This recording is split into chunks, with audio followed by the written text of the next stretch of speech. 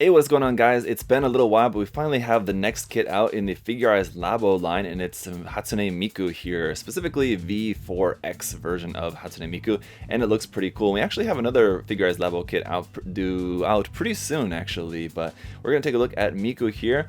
I know these kits probably aren't going to appeal to everyone, but they're definitely really interesting. I really enjoyed the Fumina kit when that came out because they're a really cool mix of like a sort of like a plastic version of a resin kit, sort of, so it's kind of interesting. And if this is anything like the Fumina kit, then I'm probably going to enjoy this pretty well. Now, this kit is pretty expensive, coming in at around $65. It's definitely going to have the price tag, which feels more like it's like a PVC figure, but it's just cool in the fact that it's something that you can actually build yourself, so I kind of appreciate that. There's a lot of people out there who are willing to spend that much money, if not 2 or 3 times more that much money for a nice PVC figure of the different characters like this, and so the fact that you can actually build this yourself, I think, is a pretty cool aspect as well. So cool box art here in the front. It's just a nice big photograph of the kit there. You got the Figure-rise LABO label design there down at the bottom as well, which I quite like. You have the layered injection logo there. So really great box art design for this, I would say. And as always, guys, as we get into it, just a big thank you to USA Gundam Store for their support. You can check out this kit and everything else there on their site and save a little bit of money. Save 10% off everything using the coupon code there, ZakuAurelius10. So the link to and the coupon code is all down in the video description, so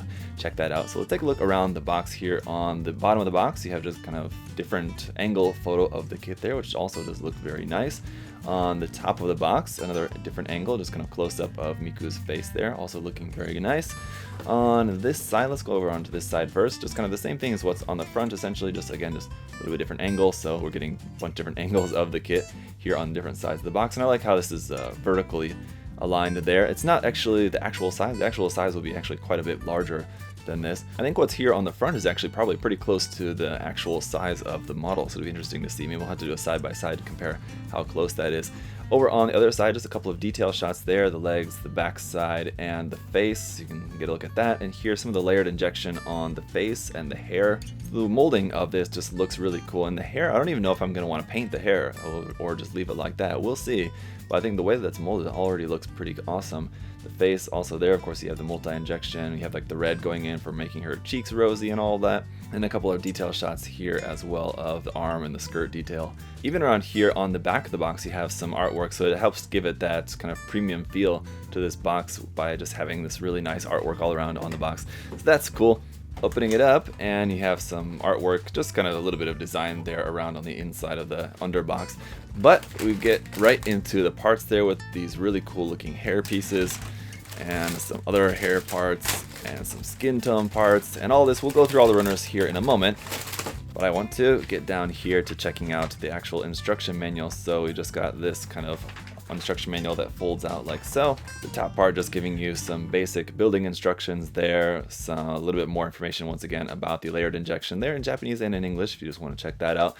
We got our parts list here, we just got a few of those, and then just about how to apply dry decals. It does come with some dry transfer decals, as we'll see in a moment, and then just through the construction, the body, the skirt, and then around on the backside, which is also in color but not full color, it's just in like this kind of dark blue printing there for finishing up the construction of the legs and the face and the arms and everything. So there onto the final construction, and also it's not really featured much on the outside of the box really, but it does have a really cool stand as well, so it's just kind of a shame that that's not really very well visible on the outside of the box. I guess you can see it a little bit here in this picture, but that's pretty much it. They kind of really should have put that on the front. I don't know, in my personal opinion. But that's it for the instructions. Let's just run through the runners then, shall we?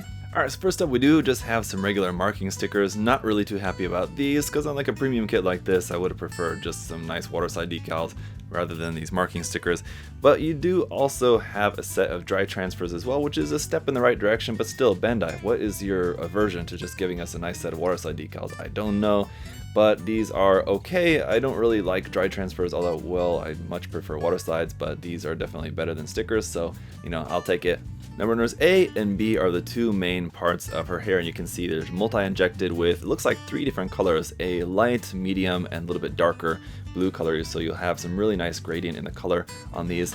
Now, the unfortunate part about this is that it looks like you are going to have a number of nub marks along the way. Now, how easily those are going to be able to be hidden once you remove them, because they don't don't look all that big for the most part. A couple of them a little bit larger than others, but hopefully those aren't very noticeable once you've got those cleaned up. So it looks like I may end up probably for myself wanting to paint this after all, because even once those are cleaned up, it's still I think going to look better painted. But this molded in, like the way that this is molded is looking pretty awesome, so I'm not sure if I'm going to want to end up covering that up or not. Runners C and D here are also multi-injected parts. These are the parts for the face and the eyes. The eyes, you can see we have clear blue, black, white, and gray, all going in there to make the eyes looking very cool. That's the kind of thing that you're very fortunate that you're not going to have to paint that yourself.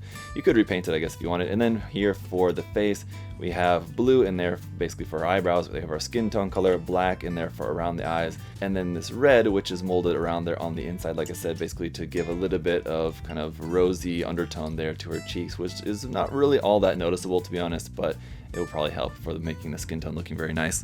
Runner E is in this super high gloss, very dark gray. It's not quite entirely black, but it's almost there basically for parts for the legs. You can see for the arms. So it looks like we are going to have some seam lines down those. So again, we'll have to see how bad the seam lines are if I'm going to want to get rid of those, or if they're molded in a way that they're not very noticeable. We'll find out here momentarily once the kit is all built up. Next, runner F is going to be all of our skin tone parts for this, basically the thighs, the hands, the upper arms, and the neck. And these hands, while the molding on them does look really cool, they do look a little bit creepy as they are. They definitely look a little bit more scary than they're meant to once they're actually installed in the kit and they're just like grabbing onto like the air around her hair, sort of like that. They don't look as creepy, but as they are, they look kind of weird. Runner G, as you can see, is more parts for the hair, and it's just molded in one color this time. But once again, we just have this really high gloss on them, so just the whole kit's going to be very shiny in its feel, I think. So that's going to look pretty cool, I think. Runner H, some more parts for the hair, some thinner parts, as well as the part for the necktie. This is all molded in that slightly translucent clear blue sort of color, which does look really nice. And then runner I1, strangely no I2, I'm not really sure what that's about, but runner I1 here is parts for the base, obviously, and then a couple parts there for the skirt as well. This is also in a clear blue, but it's much more of a kind of like lighter ice sort of clear blue kind of color, so this is also looking pretty nice. And then finally runner J, which you would think would be runner A, just based on Bandai usually doing this multicolor runners like this as the first runner in the kit, but in this case it's the very last. So we have a couple of white parts over here once again, and not a super high gloss, but they're a little bit glossy anyway. The black parts there are equally as glossy as what we saw on the previous runner, and then some more blue parts down there for like detail parts around the skirts, the shoes, and things like that, and then some clear red parts up here for a couple of cool details in there as well. So everything looks fantastic. So I'm gonna go ahead and get this all built up, and then we'll see how it looks when it all comes together. Alright, so here's how the kit looks when it all comes together. If you guys missed the live stream build of this, you can go back and check that out. I built this live streaming here on YouTube. That's stored here on my channel. But the build, it was pretty good. I actually liked the kit more and more as I built it, because when I was cutting the parts out, taking the nub marks off, I was noticing there's a lot of pretty nasty nub marks on this, especially on the hair, and like with the hair being such like probably one of the coolest points of the kit with that layered injection, the multi-injection there with the clear blue and everything. I was really looking forward to that part of this kit. The really gigantic nasty nub marks on the hair really just kind of had me feeling down, but then I was building it and it was all coming together, and I was seeing how nice the kit looks when it all comes together. I was feeling a little bit more relieved, and I really like it now. That said, the nub marks are still definitely going to be the worst part of this kit, definitely. So whether you want to paint the kit or not, I think it's still going to be up to you. Definitely I'm thinking I want to paint the kit though now. Well, when you're looking at the kit from the front, the nub marks aren't really that noticeable. When you look at it from certain angles, you definitely can see them, and it just bothers me enough that I want to just go ahead and repaint the kit. But that said, I love the little bits of color separation, like the layers in the skirt, and then the little bits of color separation we have like around on the shirt as well, the little clear parts at the top of her shirt, and then the little blue inlaid part there on the shirt. You just have a lot of nice little color separated details on there, and then the clear red parts, especially up on the top of her head, look awesome, little clear red square bits. Now there are going to be some seam lines on here as well, most notably on the arms, the legs, and the body. The shirt part, the white part, has a seam line down the side of it. So if you are going to repaint this, then that's something that you need to think about. As it is though, because the shirt is white, the seam line's not really noticeable, and because the legs and the arms are in that super high gloss black, it's also, the seam lines are also not going to be very noticeable on that. So once the kit is all put together, you really don't see the seam lines really much at all. But the other thing that I found interesting about this is how different it is size-wise compared to the previous release of Fumina. So I want to give you guys a couple of size comparisons here so you can get an idea of the size of this. So again, here's the first kit in the line, Hoshino Fumina. You can see is going to be much larger than our figure here of Miku. So it's a little bit disappointing because I really liked the size of the Fumina kit. That's one thing that I really like. It's a really good size. The Miku kit is still a pretty good size. It's probably around, like, I would say around 1/7 scale, where the Fumina kit is probably more like 1/6 scale. So that's a little bit disappointing. That said, she is going to be quite a bit larger than the Kotobukiya version here. You can see is going to be much smaller. That said, there are some significant differences between the two that I think it's still worth contemplating which version you want to go for, because these cost right about the same amount, around $60 each. There's some pros and cons. With the Kotobukiya version, obviously it's smaller, but it's fully articulated. It's a full figure kit like their Frame Arms Girl. It's the Frame Music Girl kit here. It comes with some more accessories. You have different option parts for the face, and so you have a lot more in the way of option parts and accessories and things, and again, it's fully articulated, whereas the Bandai kit here, obviously not articulated at all, and you have no other option parts other than just what you see is what you get there. Now that said, if you wanted to build this up and just have it just stood up on your shelf like that, then I think Bandai's version obviously is fine. I think just straight out the box and stood up on your shelf, Bandai's version looks better, so long as you don't want to do anything else with it. And for one last comparison, here it is compared to your standard HG 144 scale Gundam kit. So you can see it's going to be pretty tall. Still coming in right around 21 centimeters in head height there, including the stand. So I want to pose this question to you and leave your answers down there in the comment section. What other characters would you like to see coming out in the line? Because I think the line could be more popular, so long as they keep up the line and keep producing more characters. But I think as it is now, you have to be a fan of either Fumina or Miku in order to get either of the two kits, and there's a lot of people out there who I assume are just not fans of those two particular characters. So I think the line could be more popular if they keep it up. But what characters would you guys like to see come out in the line?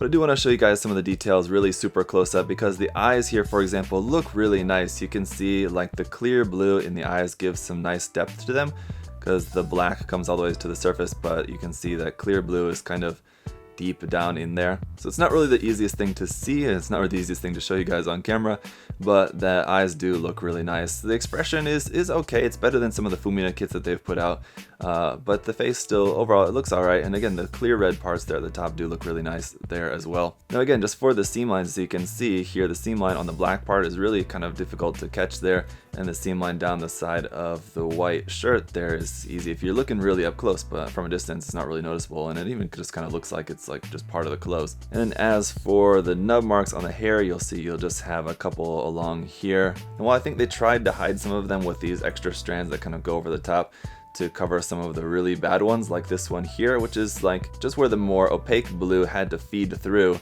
into the inside of the hair, so they had to pipe that in like through, kind of past the transparent blue, so you have that really big ugly mark there from the different plastics. But that one, at least in that case, is kind of covered up by the hair here, so it's not that noticeable. But even still, up here, the transition between the main piece of the hair and then the extra parts that are added onto there, it's a little bit unsightly, but again, they've mostly done a pretty good job of hiding that stuff around on the back of the head.